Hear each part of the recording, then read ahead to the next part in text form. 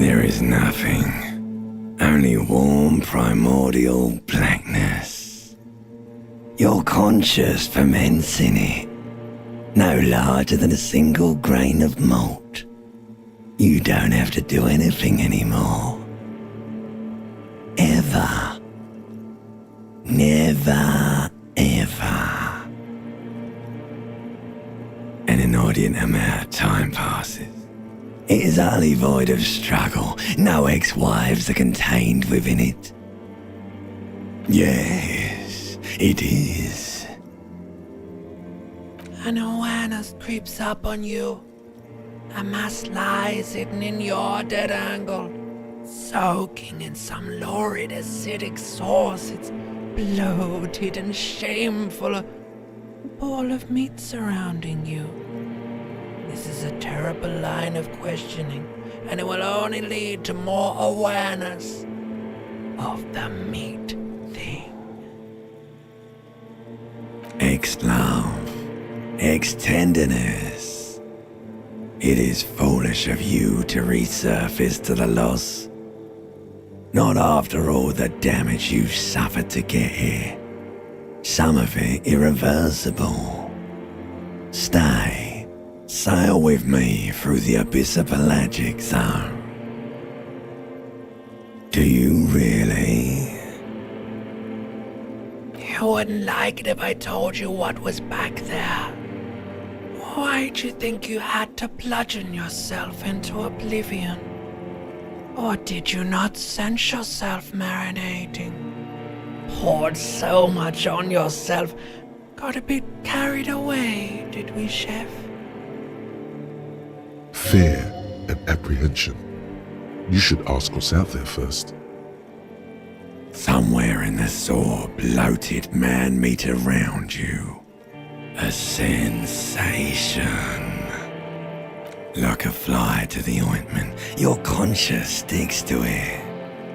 The limbed and headed machine of pain and undignified suffering is firing up again.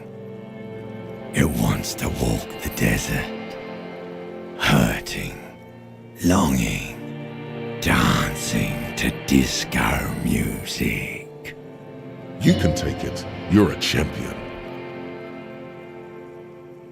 The stench of liquor rises from your mouth, and with it, an ungodly headache. A fiery streak penetrates your skull, trying to force your eyes open. It's a sound, a clarion call from hell.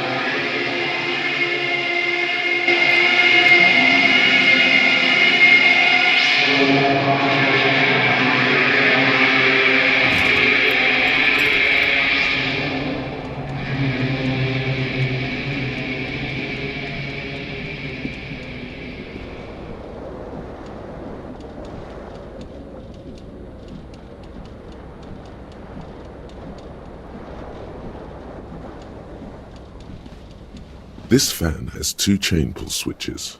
One ends in a tiny fan, the other in a light bulb. A truly horrific necktie has somehow attached itself to one of the blades. The blades come squeaking to a halt. It should be easier to reach the tie now.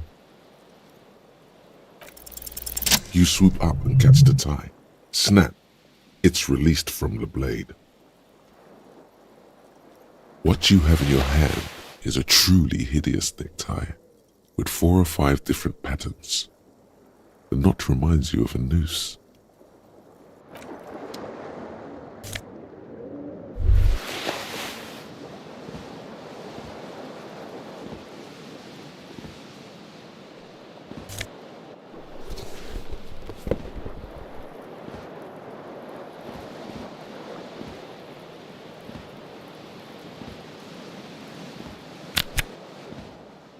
You hear a jingle.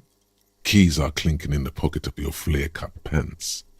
It says, whirling in rags, on the aluminium key ring. There is a single key on the ring. The number 1 is etched on it. It should open the door.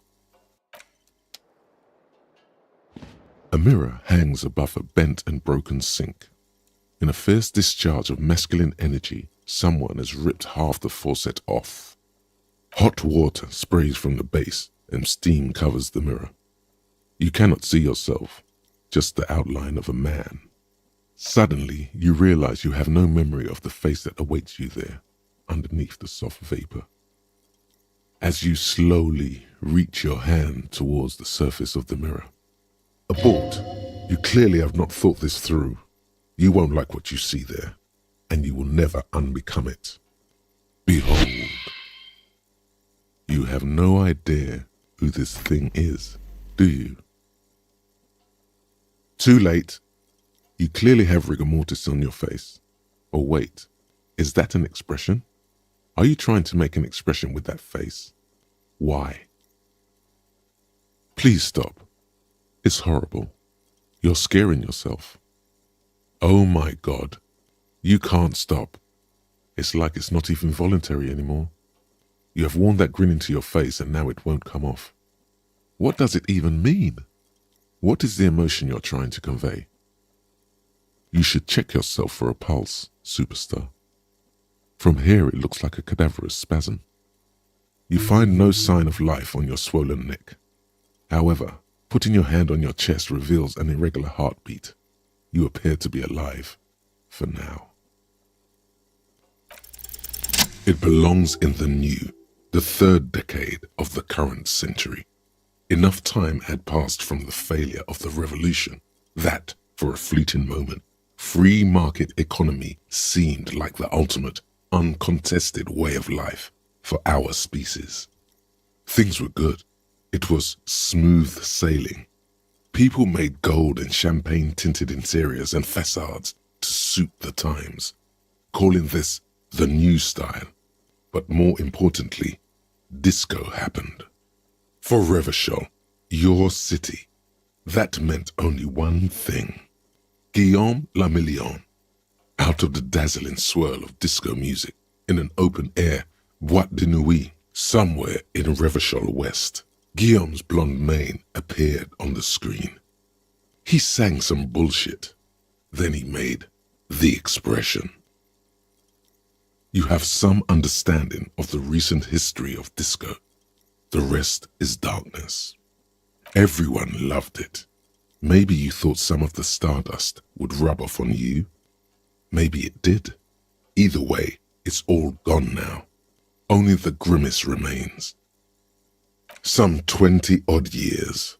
There is a vast ocean of time between right now and the expression.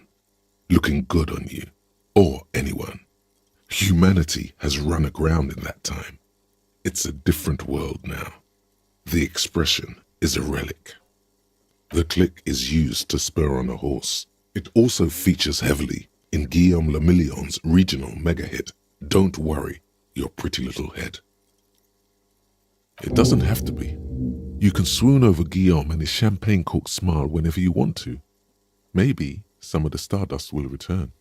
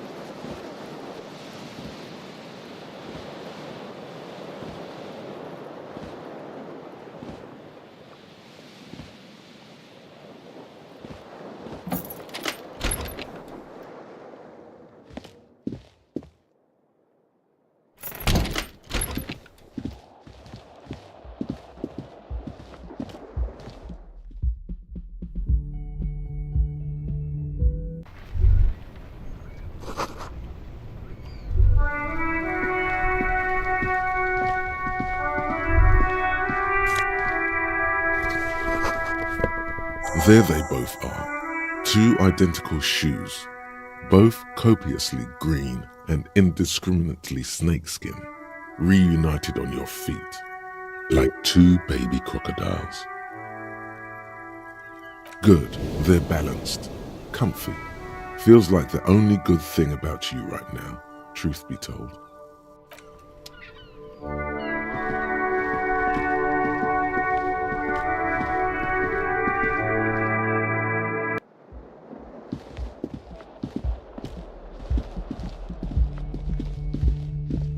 Hello, officer. The young woman raises a cigarette to her lips. Her eyes are brown and her face is speckled with birthmarks. She can't be more than 28. No. The young woman shakes her head slowly. Officer could be an artistic statement. You're already prone to those.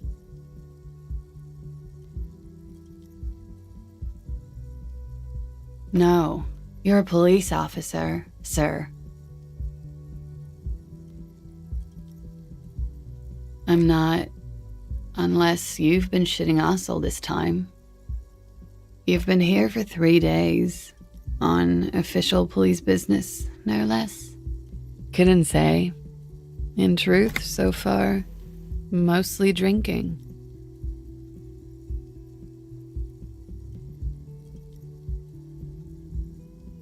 Of course.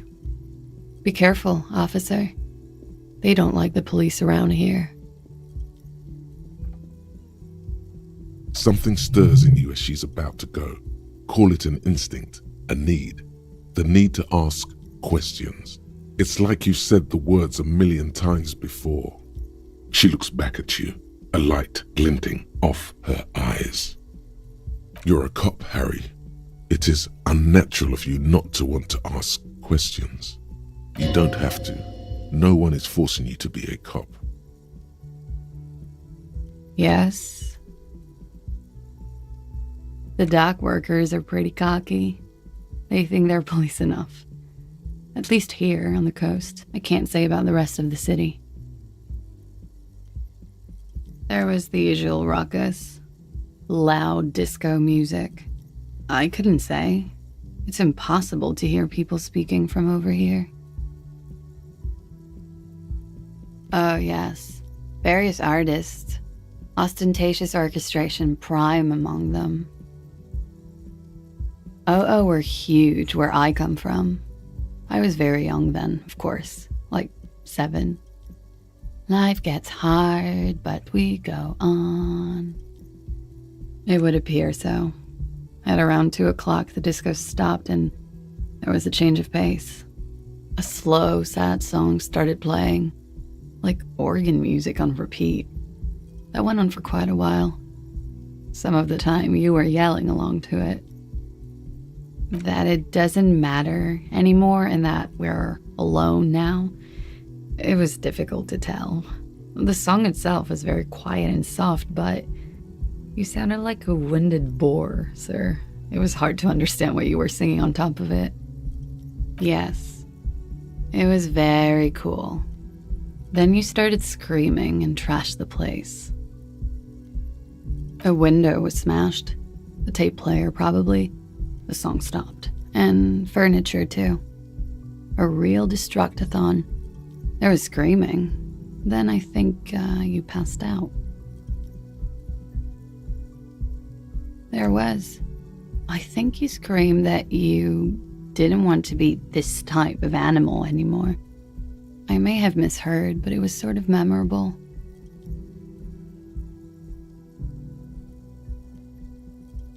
I went out afterwards. Everything was quiet by then, around 4 or 5. And that was it. Glad to have been of assistance.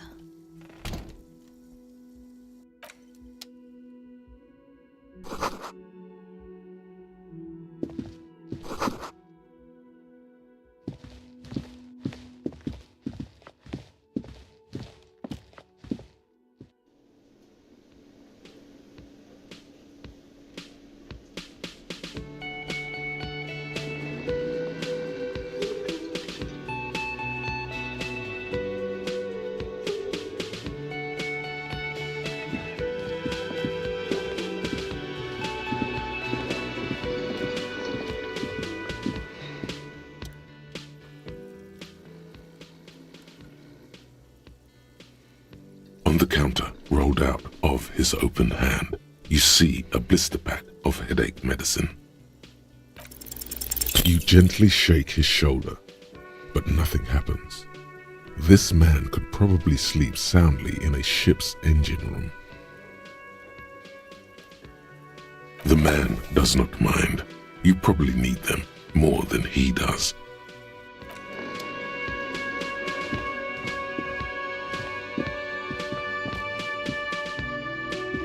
A bespectacled man in an orange bomber jacket is tapping his foot on the floor.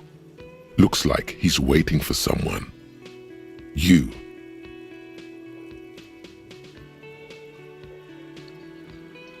As you approach, he narrows his eyes and extends his hand in greeting. Hello, I'm Kim Kitsuragi, Lieutenant, Precinct 57. You must be from the 41st. You realize he is waiting for your name. This is your chance to come up with a really good name for yourself. Get creative. Conceptualize. Very well, officer. It looks like we had a little scheduling error on Sunday. Saturday too, actually. Have you had time to talk to the manager here? Then we should ask him for a rundown of the area. Get me up to speed. I understand the scene is out back, right? It also wouldn't hurt to assure him the police are finally here. In full force, I mean. Have you mapped out the initial interviews? Good. But even if you haven't, we'll have time for that after we take a look at the coroner's case.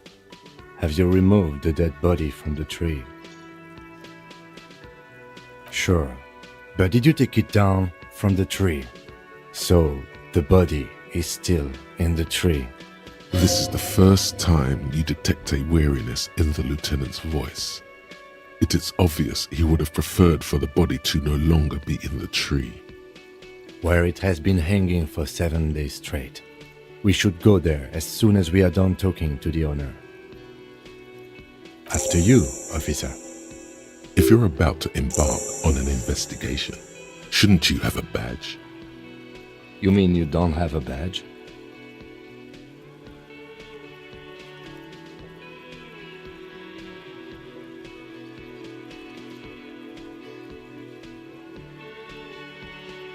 Losing your identification card is a serious matter. My vehicle has a shortwave. You can use it to report your badge missing. I advise you to try to locate it as quickly as possible, but getting the body down should still take precedence.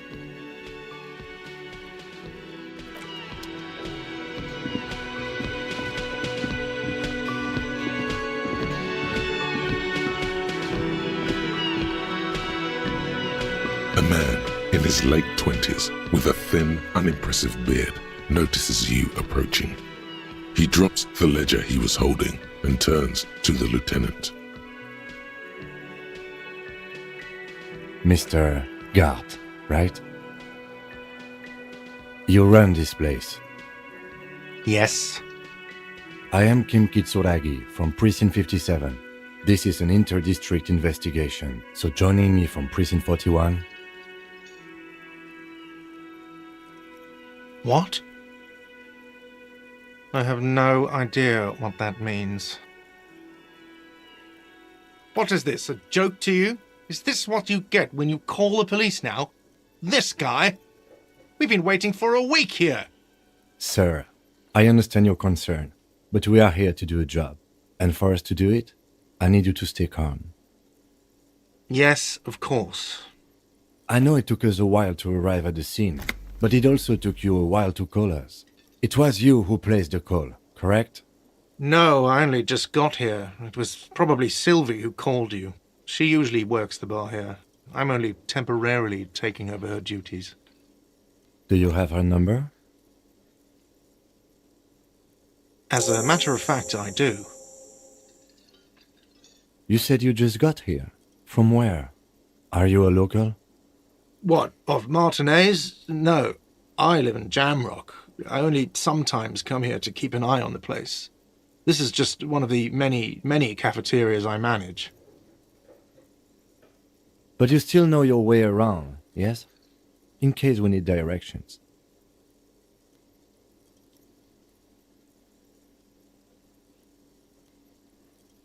Yes, I know where some things are, but as I said, I don't live here. I just used to work here. And I'm not going to start working here again, if that's what you think. I didn't imply that. Detective. I have everything. You? Yes, he means, do you have questions for me, like a police officer would? Behind this building, there's a courtyard. They hoisted him up on a tree there. That's easy. See that door there? First you exit through that. Then, to your right, you should see a big hole in the fence. A really big one. You can get to the courtyard through there. No need for the keys. The hole is big enough for the Franco-Nigerian cavalry to fit through.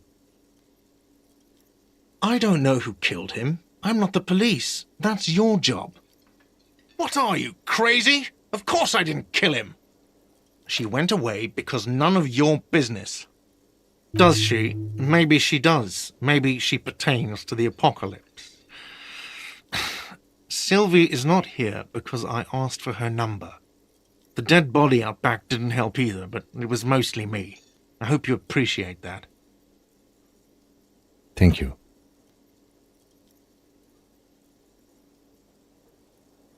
I asked an employee out. She didn't want to come, but felt obliged to. It was a bad idea. Now, what is so goddamn fascinating about that for you?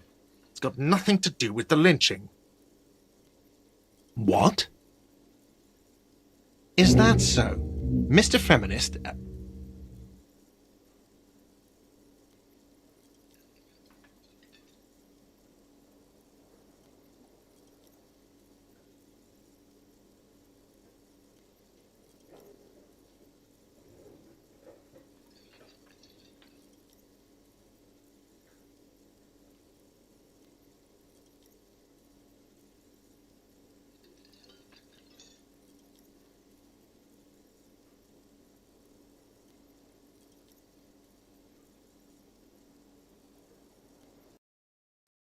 Let's go. Not so fast, Mr. Feminist. You owe me 130 real.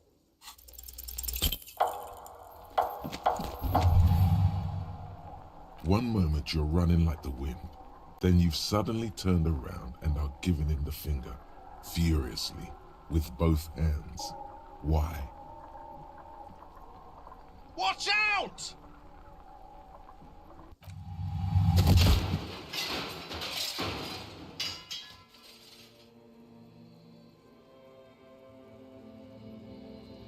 Everything goes dark. Back so soon. Admit it, you just missed the quarter light, the darkness on the edge of town. I was wrong to let you go. I should have kept you here. Is it bright where you are? Is it terrifying? Have you felt the love? It doesn't look so, sweetie. Are you okay? No, you have sustained a trauma to your lower neck. In addition, you have strained your left trapezius muscle. Pain surges down your back when you move. Ma'am, are you all right? Oh, I'm fine. He just tripped over my chair. Check on him. Sir, I didn't mean for this to happen. I'm sorry. This has always been a cop-friendly place. The drinks are on the house, okay? There were a lot of drinks on the tab. I still have to charge you for 3 nights and the broken window, though. That's 100 square. Not entirely cool. You still owe me 100 real. If you don't have it by tonight, I can't let you back up there. And for God's sake, watch out for yourself.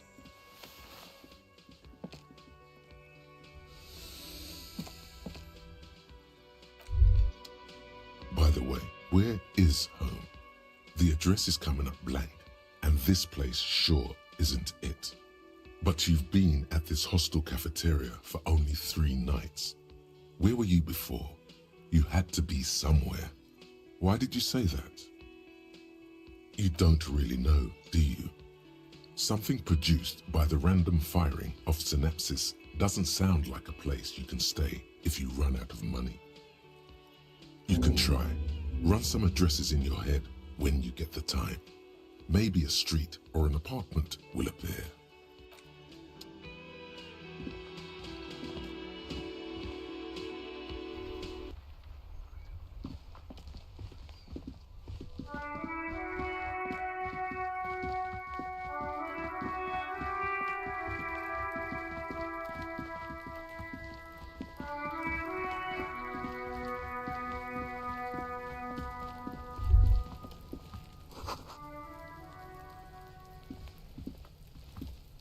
There are several footprints in the mud, left by work boots.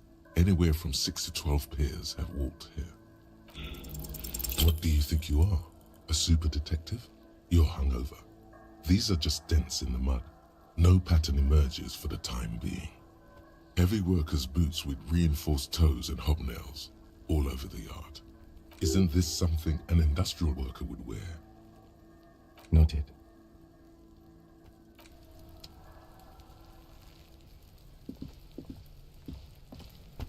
The corpse looks at you with bulging white eyes.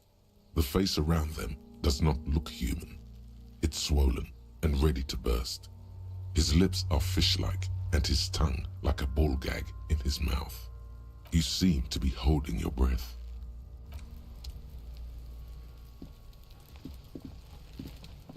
Kuno's got this. If there ever was such a thing as an ugly kid, then this is it. He's almost exquisite in his ugliness, like a gremlin. Oh yeah, Nappa Gumpy, Kuno! Can't talk, pig. Shit's coming up strong. Throwing rocks. Shit coming up strong. That sounds good. Joyous. You should hang out with this kid and see what that juicy shit is all about. I mean drugs. The kid's on drugs. Yeah, Kuno, ride the lightning, Kuno! Kuno's riding it, see? The rake, Kuno! You should throw the rake at him, Kuno! The fuck does Kuno know what a rake is? Kuno's not a gardener. The fuck are you talking about? He's calling us Kuno! He says we're fucking each other! Alright, entertain the Kuno. Show me what you got. What you got there? What you got, huh? Show me what you got. Shitload, pig. What's your question? Don't tell the pig shit, Kuno! Pig's choking! He's totally choking! If I were to want to waste my time, which I do not, I would ask them who he is, how he got there, and the usual. Probably climbed. Kuno was busy down the road when that shit went down. You heard Kuno. Kuno wasn't even in Martinez. Kuno wasn't in Revachol. Kuno wasn't regional. I don't know. Some fucking Mesk or I don't know. Some other place. Night City. Kuno was in fucking Night City. Yeah. Kuno didn't smoke him if that's what you mean. Kuno's fuck imp. Kuno uses the fuck imp for target practice. You're testing Kuno's patience here. Get lost, Right, pig. This is where Kuno plays with his little wooden choo-choo. Fuck do you want with it? Yeah, whatever. Kuno doesn't give a shit. Kuno's Kuno, pig. The fuck are you calling a third person? Kuno's the fucking first person. Watch out, Kuno! He's trying to fiddle you! He's gonna put his hands on you! Help! Pig's got Kuno! Help! Rape! Help! He's got the Kuno, help! Help! He's digging his dick out! Escalate, Kuno! His dick is out! You're afraid! Pig's in here in Kuno! Somebody, please!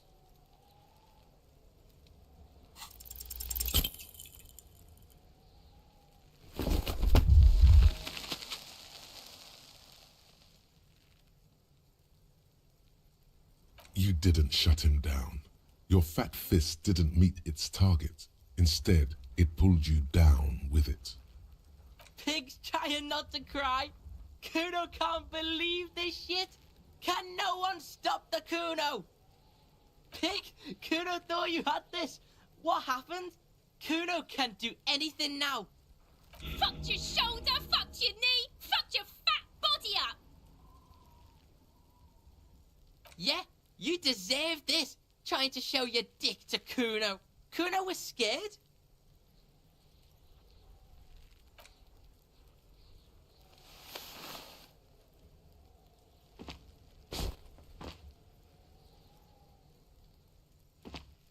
Kuno beat the shit out of the Popo. Beat your fucking knee off. I told you not to tempt such forces. Now, how about we go and do something worth the public's time?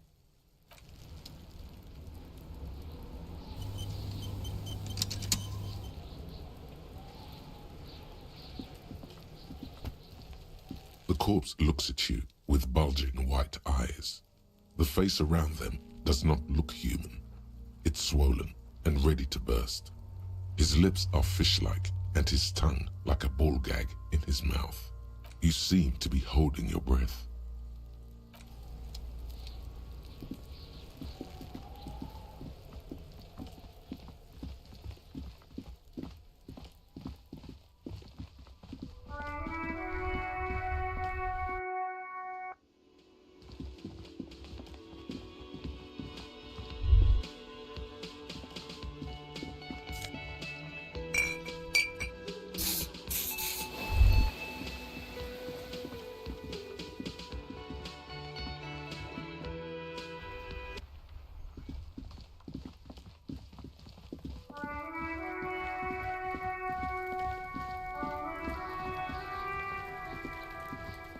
The corpse looks at you with bulging white eyes.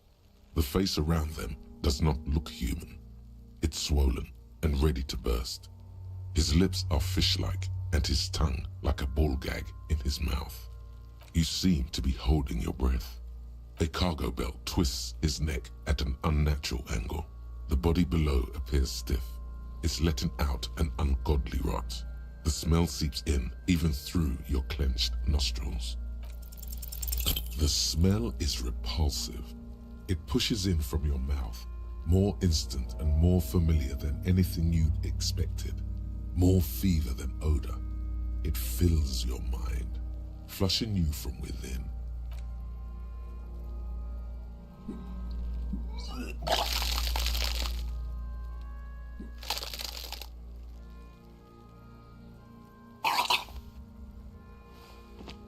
You feel a great force ringing from your stomach. Your body curls and pushes it out, burst by burst, until a pool of vomit lies under your feet and your throat stings from the stomach acid. Keep it. The hangover is clearly making these worse for you. You could use some ammonia to clear your head. There is freight nearby, east of the hostel. They usually have a small apothecary. If they don't, there's a greenhouse here, and a gardener with a wheelbarrow on the corner of the whirling in rags. If she works here, she might have something for the smell.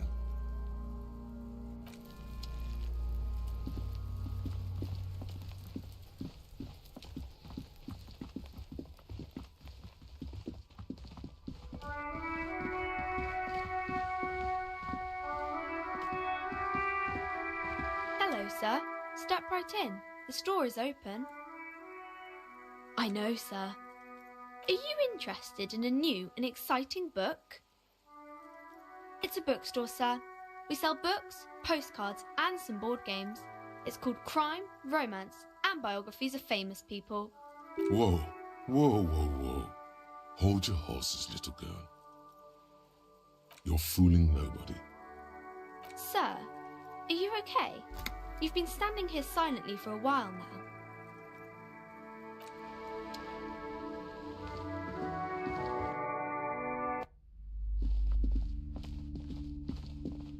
You see a set of tattered curtains blocking the way to another room. A strange cage-like trinket dangles from the curtains. Excuse me, officer. The back room is strictly for employees only. Just as you're about to pull apart the curtains, the petrified voice of the shop owner cries out once more. Sir, don't touch that. I told you it's off limits for the customers. Parapsychologically speaking, we're done if you decide to open them. I won't be held responsible for the consequences. It's too dangerous. She looks away, mumbling. Why is everyone always messing with the curtains? Why can't they just buy books like normal people? No! Please just talk to me, officer. Come here and let's talk this through before you decide to do anything extreme. There is something mysterious about the curtains. Be careful. You see a tattered set of curtains and a polyhedron-shaped cage-like trinket. You see a dimly lit room full of dusty furniture and trash. A doorway stands in the back, covered in dozens of scary little cage-like trinkets, your shadow looming over it like an omen. I warned you, you're unleashing forces beyond your understanding.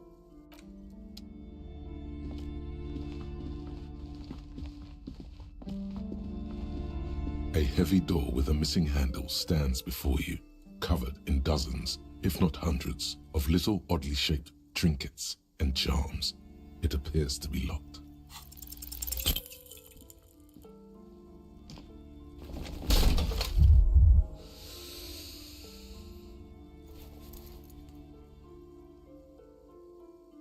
Ow, shoot. Whose moronic idea was it to just run through the door? Don't you know that things like that hurt?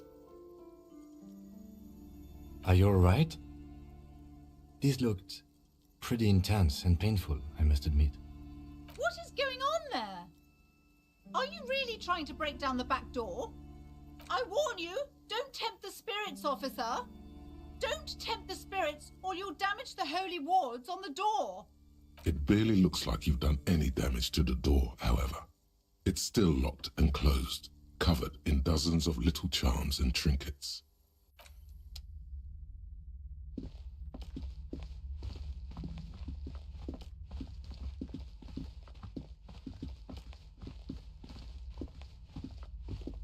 You've hurt yourself now. I told you not to mess around back there. What are you even trying to accomplish, you fool?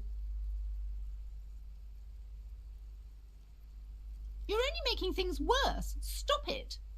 Be compelled to look at the books. Go to them. Annette, yes, my daughter.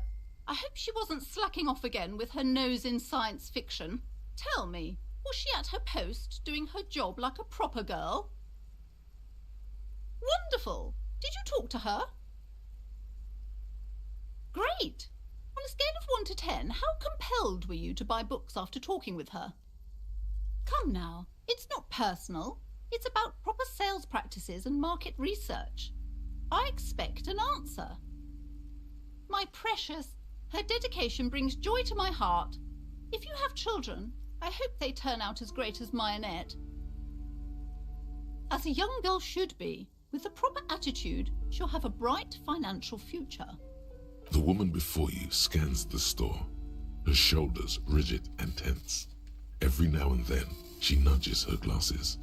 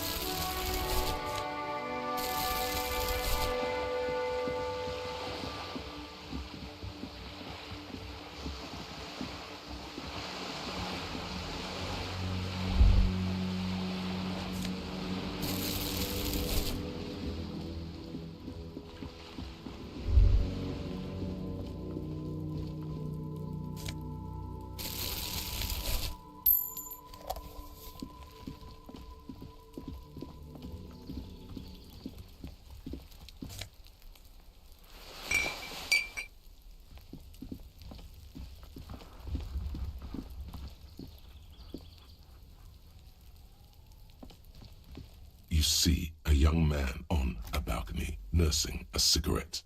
His eyes have been following you for a while. Not looking for any trouble, officer. Sorry, I don't have time for this. I just want to finish my cigarette and be gone. Don't let him go. This could be your witness. The balcony has a great view of the whole thing. Is it really that important? Like a nervous cat, he keeps stealing looks at the neighboring windows. All right, but make it quick. Once I finish this cigarette, I have to run. I'd even go so far as to say that the view is a little too good, my dear gendarme. Do you have an estimate of when the body will be taken away? We will remove the body as soon as possible. Now tell us, where were you last Sunday? Oh. You already asked me that, didn't you? No, not you. Some more muscular type. And when did you speak to this more muscular gentleman? Last week? I don't know. Look. You didn't answer the question. What were you doing last Sunday? I had a friend over. It was my Sunday friend. A Sunday friend? How intriguing. He doesn't reply, gesturing no with his cigarette. In the neighboring windows, you can see faint reflections of his silhouette, all from different angles. No. We won't. Now, if you'll excuse me, I really need to get going. Time to bring out your secret charm. Tears and begging. Show him your emotional side. Throw yourself before his very feet like a dog. No, for God's sake, I don't want you to cry. Listen, I really have to go. Good luck with the investigation.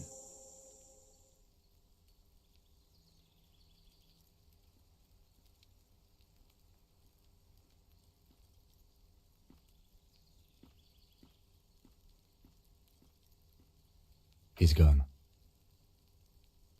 No point in running. Tenements like these often have multiple exits. If he doesn't want to talk to us, then he'll know how to hide himself. He could be a witness. Him or his Sunday friend. Either way, we need to look into that muscular type who's asking about our case. There has to be a way of getting inside the building. Once we've found a way in, we can ask around for his apartment.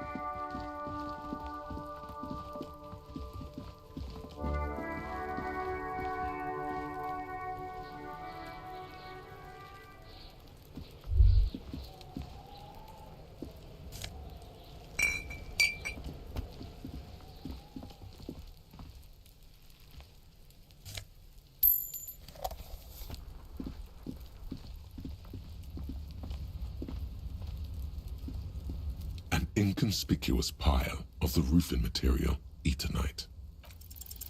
Because it's nice and orderly, well-laid pallets, easy on the eyes. No, there's more to this. You get this strange feeling. Hard to say. It's gone now. Feelings pass, you see, especially the small ones.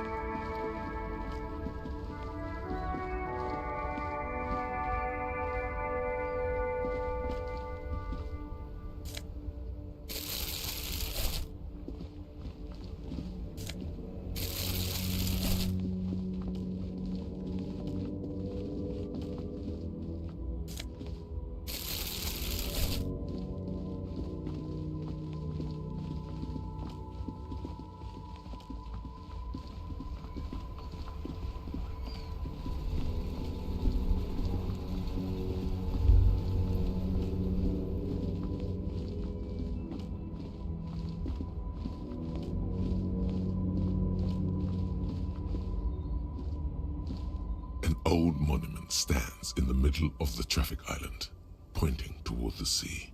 It looks as if it's been reassembled piece by piece, secured and mounted in the air with the aid of numerous ropes and rods. A silver plaque on the statue's pedestal reads, "I am Philip III, the Squanderer, the greatest of the Philippian kings of Revachol, son of Philip II, the opulent, father of Philip IV, the insane." What did he do? You have no idea what you did a week ago. How would you know what this guy did many centuries ago? High above you, the king stands triumphantly oblivious to your memory trouble.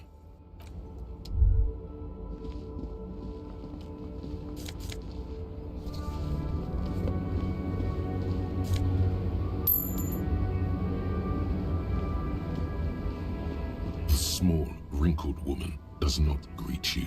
She nods along to something on her radio. A photograph is clutched in her hands, and there is a warm smile on her face. It's the warmth of a winter night's fire. Maybe she could give you comfort and shelter, some cigarettes and food money. Maybe she's your... No response. Wherever this woman is, your words fail to reach her. Wait. She's just a distracted old woman. Better to leave her alone. Why? I just told you why.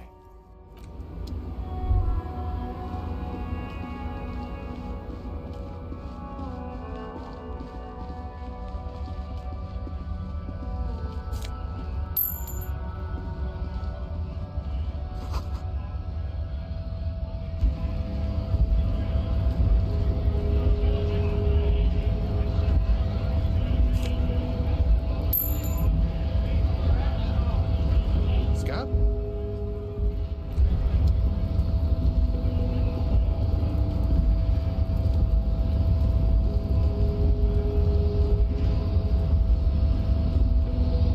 Nobody betrays your degeneracy. Yeah, Measurehead. His body totally betrays his degeneracy. That is precisely the negligence that has led you to succumb to Al Ghul. You reek of it. An invisible sword of Al Ghul emerges from your throat. You cannot see it, but others can. It is making the woman in my company sick. It's not good. It's like a rat crawled into your stomach, got drunk and drowned. No, you don't. You need to get another drink. Occidental Haplogroup B4 is done giving orders around here. The influence of the ham sandwich race is waning. Jerking motions, signs of a late-stage neurodegenerative disorder. How far the Occidental Haplogroup has fallen. You were once a noble and powerful race. You gave the world eugenics, electricity, and powerful weapons of war like missiles and aerostatic aircraft. You made great gains in metallurgy, race theory, and statecraft. You dominated lesser cultures, like the deformed Hemians and the inexplicably potato-obsessed Quakers. But now your ascent to the genetic summit has halted. You are obsessed with sadness and with frivolous pop culture. You will be superseded. Isn't that right, babe? It is, baby, yeah. You know it. There is a button right behind him, just out of reach.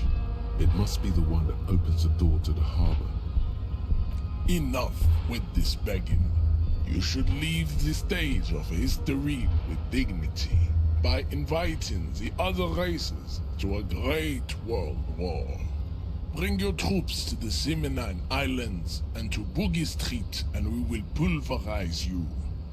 When you are gone, we will build a museum for you. The walls will be lined with bottles of Al Ghul. Your beloved beverage. Inside, we will store the odes to homosexuality you call art, and your microcephalic skulls.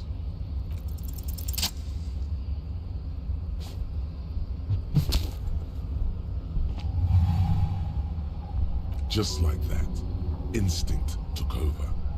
A solid strike straight into his throat, into the cartilage.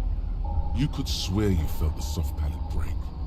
The man is reeling, gasping for air. Time stands still around you. In the distance, the sounds of the harbor are falling silent.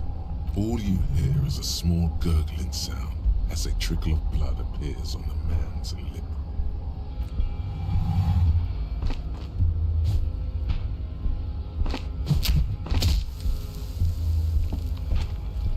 The man lands with a dull thump, like a broken down puppet of muscles and sinew. For a moment, he still tries to keep his head up, dazed eyes looking at you with unimaginable surprise. To your left is the button.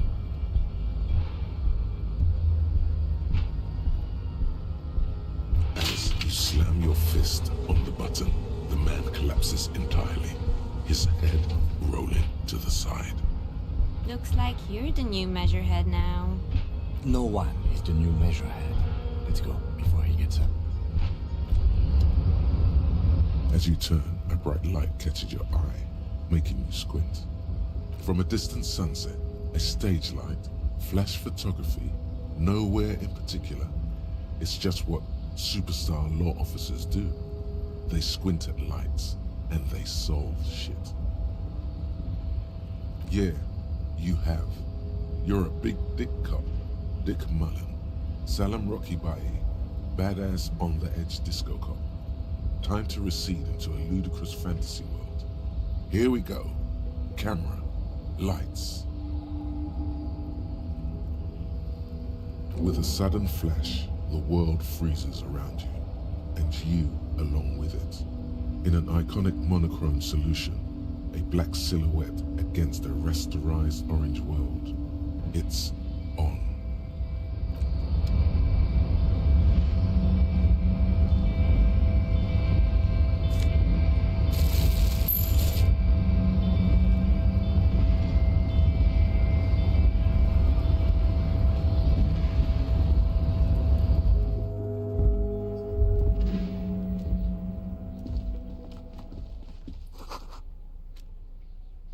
On second glance, someone has forgotten to properly close one of the drawers. It's unfortunate for the Union to just leave their paperwork laying around like this. The drawer opens smoothly. Inside is a well-organized selection of brown folders. Hundreds of documents containing logistical data. Two kinds of transactions stand out. Materials coming into Revachol from the outside world, from Muindi, Grad, and even Ilmara, and the same materials being handed over to companies inside Revachol. Kuron, Coal City, La Delta, and Jamrock are listed among the many districts where the imports are being sold. It's hard to make sense of this thicket of company names, dates, quantities, and percentages. You try to focus, but the lines are getting blurry. Whatever's hidden here is hidden well. Concentration isn't enough. Only a trained accountant with a background in logistics would be able to really make sense of it. However, there is a little handwritten note stuck on the side of the drawer. It appears to be a to-do list written in large, uneven capital letters. Remember, Leo, Everart's shoes, special whirling borscht, water Everart's plants, sweep office floor, more banners. All items on the list have been crossed out, and the note itself is crumpled. Everard Clare, probably, the head of the Debarders Union. One of his aides must have left it. Nothing incriminating here. What is so special about this borscht? Code for drugs? Booze? Blood? Remember, Leo, Everart's shoes, special whirling borscht, water Everart's plants, sweep office floor, more banners. All items on the list have been crossed out, and the note itself is crumpled. The drawer slides shut smoothly.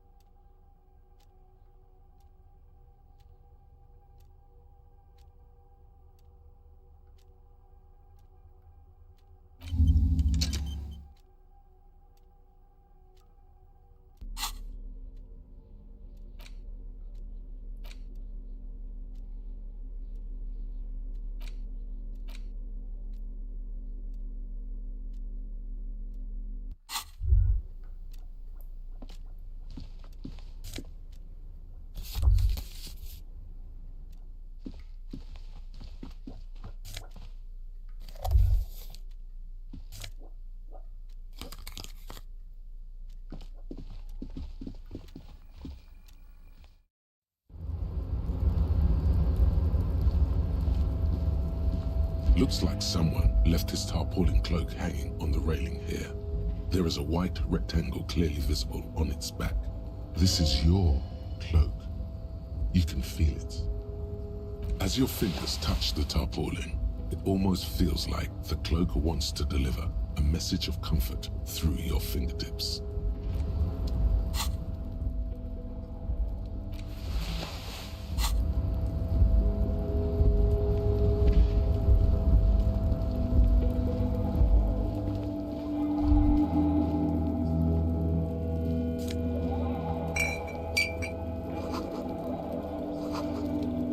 Snow is quietly covering the numerous wine bottles and cigarette butts on the ground. Someone partied really hard here. Well, they went through 6 bottles of potent Pilsner, 3 bottles of Commodore Red, and almost 4 packs of cigarettes. It must have been pretty hard. Well, yes, I think we can say with relative confidence that it was you. It really doesn't. Let's turn our attention elsewhere and move on.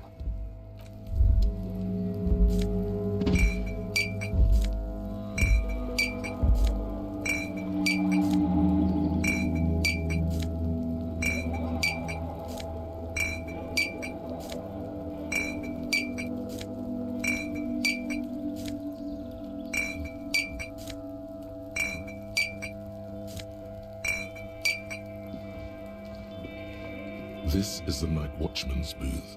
The name on the door reads, René Arnaud. Listen, it's okay to take a few minutes to yourself. Sit down and have a breather. The chair is not as austere as the rest of the booth. A thin grey pillow is attached to the seat, secured to the stiles by black ribbons.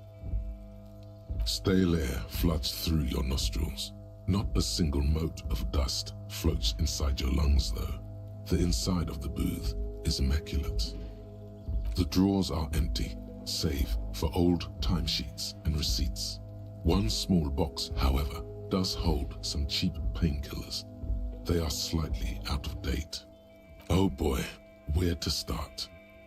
Elevated risk of dementia, mini strokes, prophet's disease, sudden death, hair death, erectile malfunction, critical flatulence, watery blood, black mucus, uncontrollable weeping, increased sensitivity to la opera, inoperable joint disorder, total spinal collapse.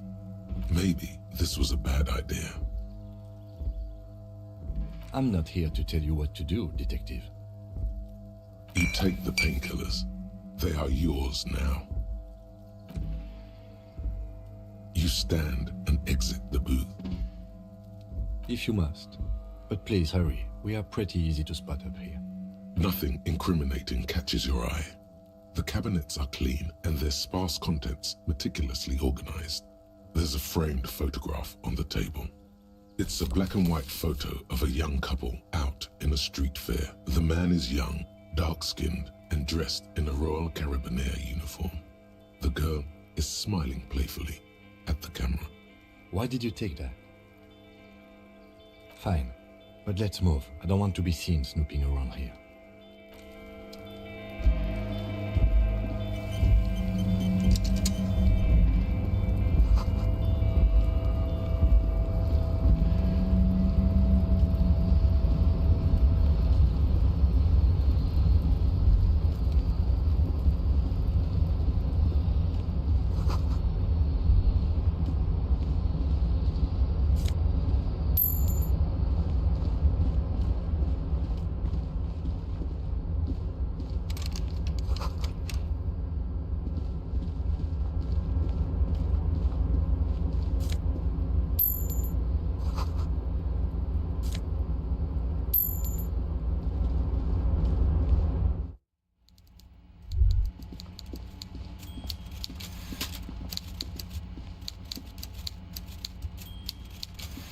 Before you is a walrus of a man seated behind a large desk.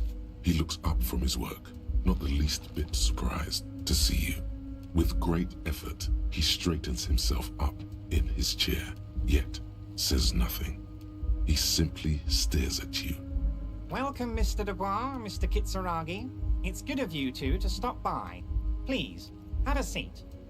I'm Everard Clare, head of the Debarders Union here in Martinez. I'd offer you my hand, but unfortunately my health prevents me from getting up. You understand? He looks extremely comfortable. The tiny folding chair, on the other hand, looks like a torture device. You go ahead, detective. Whatever he has in store for you, it can't be good, he thinks. I'll do my best. Forget about that. What's with this Dubois stuff? You're getting some seriously bad vibes from that name. Excellent, Mr. Dubois. I can see that you're a reasonable man, and reasonable men can be of great use to one another. So tell me, how can the head of the Debarders Union help a representative of the Revachol Citizens Militia today? The chair you're sitting on has got to be the most uncomfortable chair in the world. It's violating your backside. Oh, by the way, I heard you got a rather rude reception from a certain Lawrence Gart. Some people have no manners, it pains me to say. This should take care of that nonsense. It should be sufficient to cover your expenses for a few days and patch over your differences with a cafeteria manager. Go ahead, take it. Wow, that's 25 real. That's good money. You need it. Okay. I respect a man with principles. No handouts, then. Now, I'd like to set your mind at ease about one other matter. Your lost gun. Let me assure you, Union people are on it as we speak. I've got my best hounds looking for that lost gun. His slug-like lips move, but all you hear is an echo. Lost gun, lost gun, lost gun.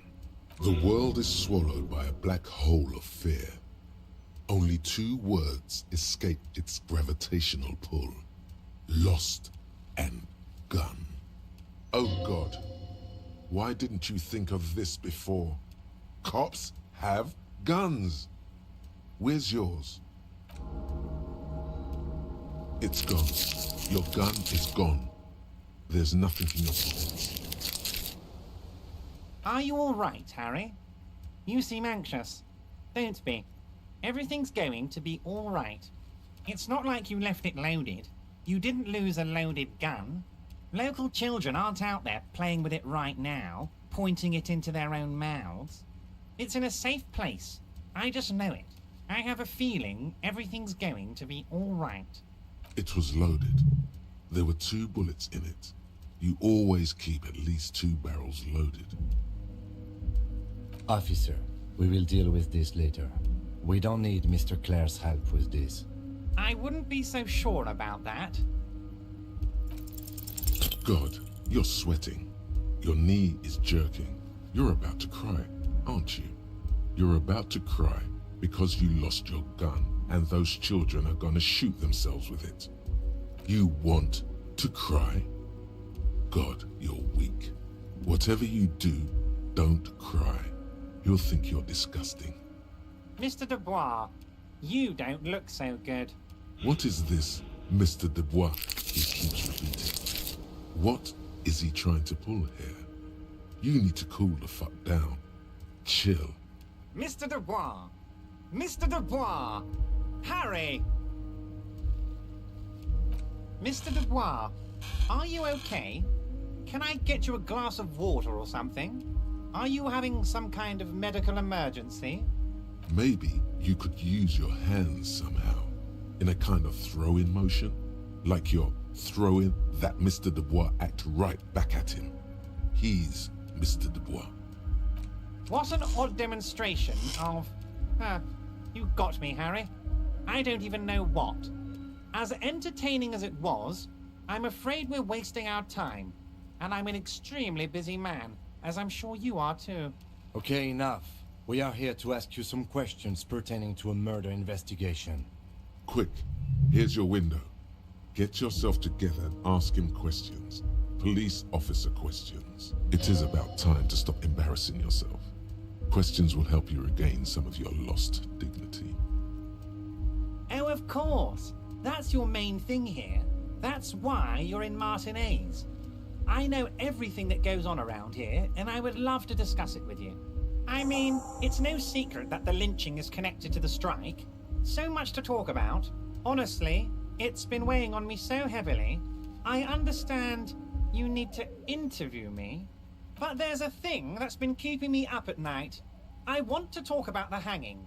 I mean, if we could just calmly talk, exchange information, we could blow this thing wide open. Yes, that sounds good. But I can't think straight with this thing weighing on me. You're police officers, aren't you? I have a crazy idea. You guys are basically door-opening machines, incredibly talented at opening doors. I'm not sure I understand. If you're asking us to break down someone's door, it's not going to happen. Come now. I just need you to go open a little door for me and leave it unlocked. A simple thing. Absolutely nothing shady about it. The stars aligned into a cosmic frown here. He has your fate decided.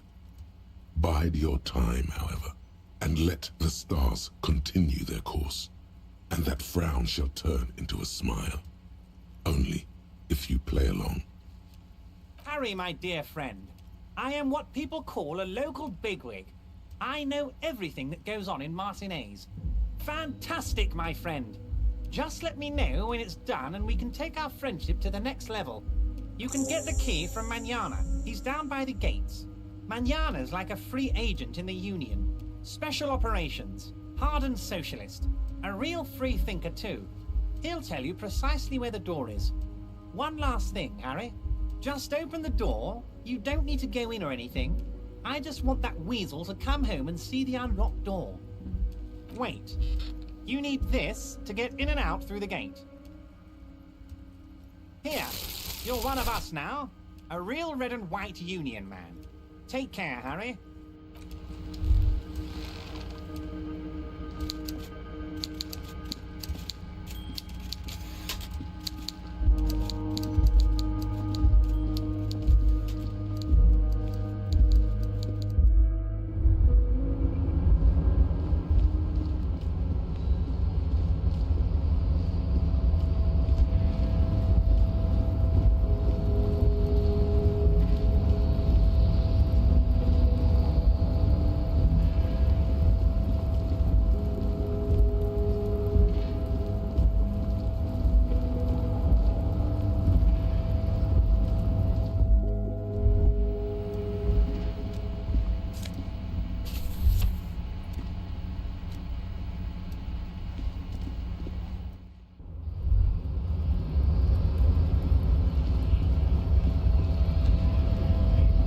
US cab now.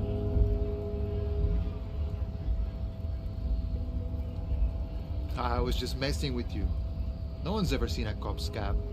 Imagine, you cops going on a strike, but then another cop comes in and says, Let us cop for less money. Speaking of, what brings the RCM here? To the Wild North? Come to see the strife? Sure thing, my friend. I can help you out. The coin lands into your hand as if it has always belonged there. The swallow returns. Always glad to help out the RCM. Shame I can't do more. Things are meager at the moment due to, you know, the winter's fat is slowly running out and all. Still better than scabbing though. I'm always glad to help out when possible. Not like these slithering scabs. A key, huh? What door is this key supposed to open? Of course, I got you. You don't know anything. I got that key right here. And let me tell you, it's mighty good of you to help us out during the strike. Working class solidarity, as they say.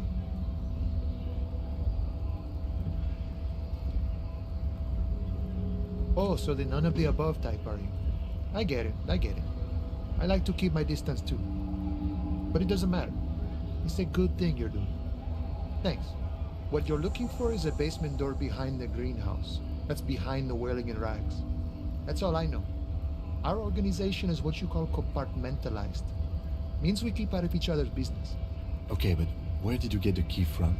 The janitor gave it to me. Nice fella. We talked about life and things that really, truly matter. None of this mess we're in, this jiving and juggling. What's it for? To feed our children, I guess. I'm more of a philosophical dock worker, see. I like to talk about the big picture stuff. Who I am, who you are, what we are fighting for. Who he is and what they're fighting for? This is interesting.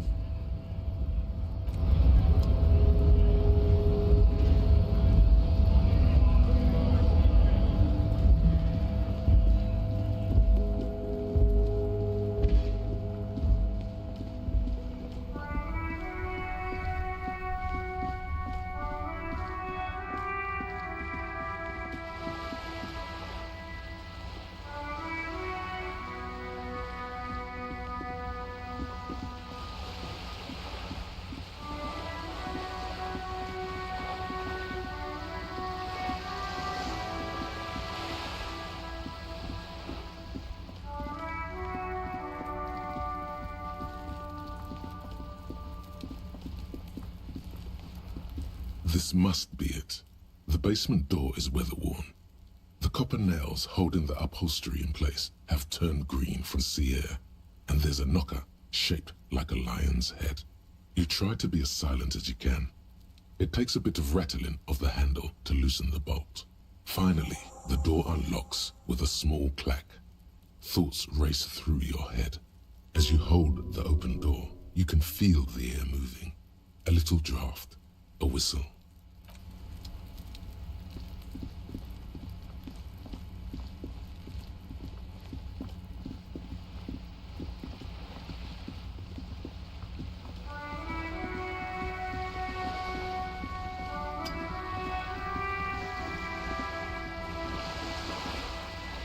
A striking woman leans against the cabin top of her sailing boat, smiling as you approach.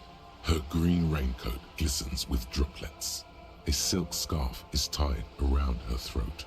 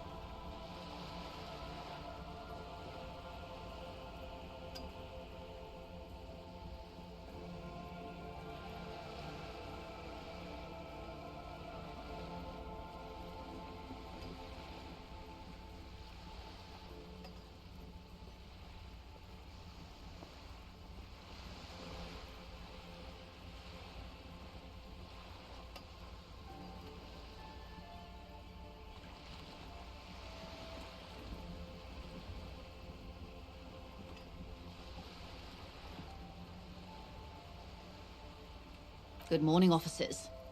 I'm Joyce. Joyce L. Messier. I represent the board of Wild Pines, the owners of the harbour. You gentlemen must be from the RCM. I'm glad to see you here. I was dispatched to handle a strike, not a lynching. Anything I can do to assist the RCM in this matter, I will, gladly. That is good to hear, madame. My colleague will take the lead on this interview. I should let you know that he is recovering from an unusual medical episode. Very unusual. But I can assure you of his ultimate competency. How interesting. I wish you a swift recovery. In the meanwhile, you have my full cooperation, and the full cooperation of the Wild Pines group. Is what you want to say, but it isn't that easy, is it? Look at that lady. Take a gander. Squint your eyes, bub. A well-kempt, yet tastefully short bob of dark hair. Despite the first hints of grey, she's elected to keep it au naturel, shaped into a permanent wave, late 40s style. Positively statuesque, while dull orange pearls hang from her earlobes, red from the cold. Her light green eyes scan you, full of knowledge and worry. Wealth and all its possibilities. These are the kind eyes of the rich man that seem to say everything is possible. Now look at you, you misery-clad simian, barely able to tie your own laces. Your armpits are lakes. A scythe of booze precedes you. Your hair sticks to your forehead and your underwear feels uncomfortable. You're poor, poor as balls. You can't ask this person for money. You're too. Maybe you could ask her for some stock tips. That's a maybe. Or a job. But you're sure as hell too ashamed to ask for cash, buddy. As I was saying, if there's any way I may be of assistance, please don't hesitate to ask. Quite a few things, I'm afraid. The information I'm to share with you includes sensitive trade secrets. For the sake of my employer, I have to ask for your names and badge numbers. Of course, ma'am. We should have introduced ourselves. I am Lieutenant Kitsuragi from Precinct 57. And this is my colleague from Precinct 41, Detective Dubois. I'm afraid Harry doesn't have his badge at the moment. I hope mine will suffice. Oh, and what happened to yours, Detective? I see. So, are you saying you lost your badge during the course of this episode? Oh dear. Some kind of encephalopathic amnesia. I don't even know how to respond. I do believe you, naive as that may sound. I simply can't imagine what you gain by faking such a condition. As I said, ma'am, his technique may be very unconventional, but he is an officer of the RCM. Of course, I sympathize, but I'm afraid I simply can't share anything more until I've seen that badge. She's a professional negotiator. She should be open to some sort of mutually beneficial arrangement. She's a negotiator. Just float a favor at her. Insinuates. I will be frank with you. If I'm going to break protocol, I need to be able to justify it to my superiors. They're going to want to see something very tangible. You're in, but expect her to drive a hard bargain. Reports from inside Terminal B suggest it's a hub for the local drug trade.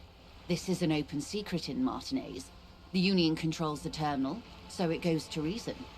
They're profiting from this trade. The company has tried looking into this matter before, to no avail. Perhaps someone with your authority and resources might turn over the right stones. Or you can recover your badge, though if I may be blunt with you, it sounds like that may be a lost cause. Detective, a word in private before we continue.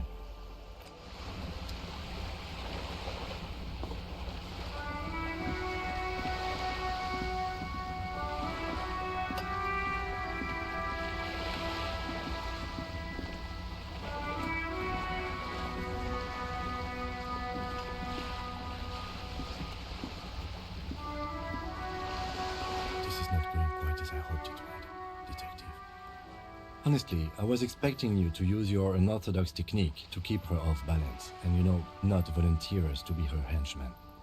This woman is running circles around us. She might have known about your misplaced badge all along, or she's simply an adept improviser. Either way, we've played straight into her hands. Oh, that would be fantastic, but do we have the time? The world is large and your badge is 8 by 6 centimeters. You could request a new one from the station, but that would literally take months.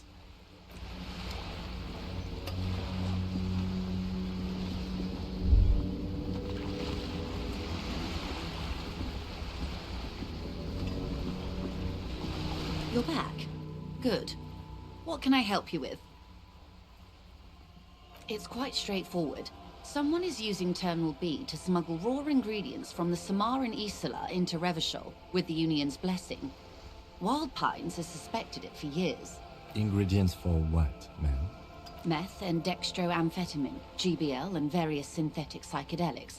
Honestly, it might be quicker to say what you can't make from the stuff. Yes, but you won't get anything out of Evrat and the Dock Workers Union. Still, every chain has its weak link. The lorries. Someone needs to move the ingredients from the harbor into the city. Once they reach Jamrock, they're distributed to a network of local manufacturers, well beyond our grasp.